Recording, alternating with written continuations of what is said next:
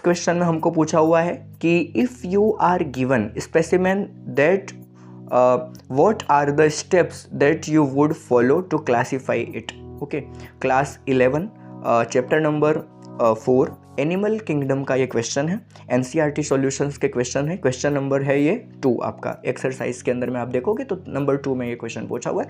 बहुत इंपॉर्टेंट और बहुत प्यारा क्वेश्चन है ये।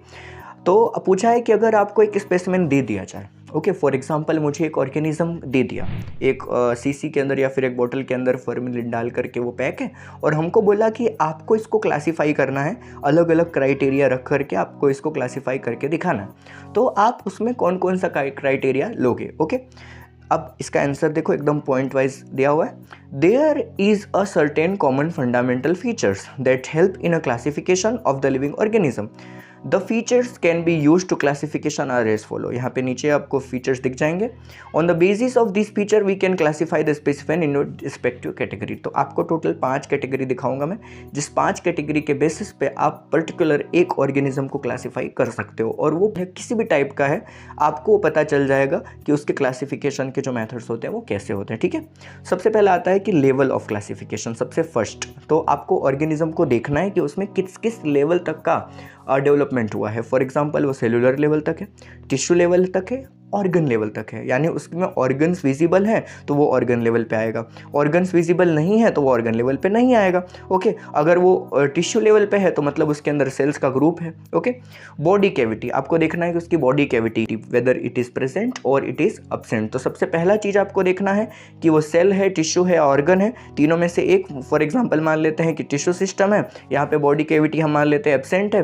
तो अलग अलग चीज़ों के बेसिस पे आप इसको क्लासीफाई कर पाओगे।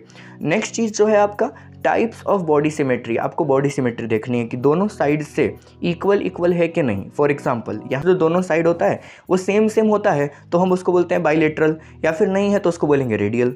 तो हम उसको सिमेट्री चेक करेंगे कि उसकी सिमेट्री पर्टिकुलर सेम है या नहीं है। ओके, तो हम सिमेट्री के बेसिस पे भी ऑर्गेनिज्म को जज कर सकते हैं। तो third is a body symmetry. 2 type की होती है, रेडियल और दूसरी होती है bilateral. Okay, second coelom development. आपको देखना है कि उसके अंदर में सीलोम्स जो होते हैं वो प्रेजेंट है, एब्सेंट है और किस टाइप के हैं। ओके, सबसे पहला आता है असीलोम, मतलब जिसमें सीलोम है ही नहीं। ओके, तो हम उसको बोलेंगे असीलोम।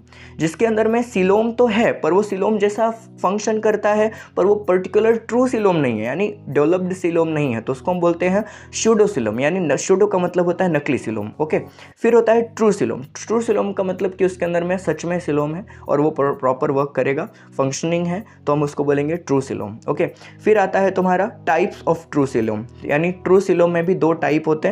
एक होता है एंट्रोसिलोम और दूसरा होता है सीजोसिलोम। तो आपको चेक करना है कि उसमें एंट्रोसिलोम या फिर सीजोसिलोम कौन सा सिलोमेटिक है, तो इसके अकॉर्डिंग आप किसी भी एनिमल को क्लासीफाई कर सकते हो और आपको पता चल सकता है कि ये कौन से लेवल तक के क्लासिफिकेशन में है, और आपको इसका किंगडम, स्पीसीज सब कुछ पता चल सकता है। तो इसके लिए आपको क्या रखना है याद? सबसे पहले 5 चीज़ें याद रखनी है। Level of classification 3 type, cellular, tissue, organ. फिर होता है बॉडी कैविटी 2 टाइप, एब्सेंट है या फिर प्रेजेंट है।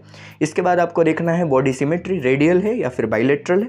इसके बाद आपको देखना है टाइप्स ऑफ सिलोम डेवलपमेंट, असिलोम, शूडोसिलोम और ट्रू सिलोम। इसके बाद आपको देखना है कि अगर ट्रू सिलोम प्रेजेंट है, अगर नहीं है तो ये करना ही नहीं है, अगर है तो कौन से टाइप का है, एंट्रोसिलोम है या फिर सीजोसिलोम है।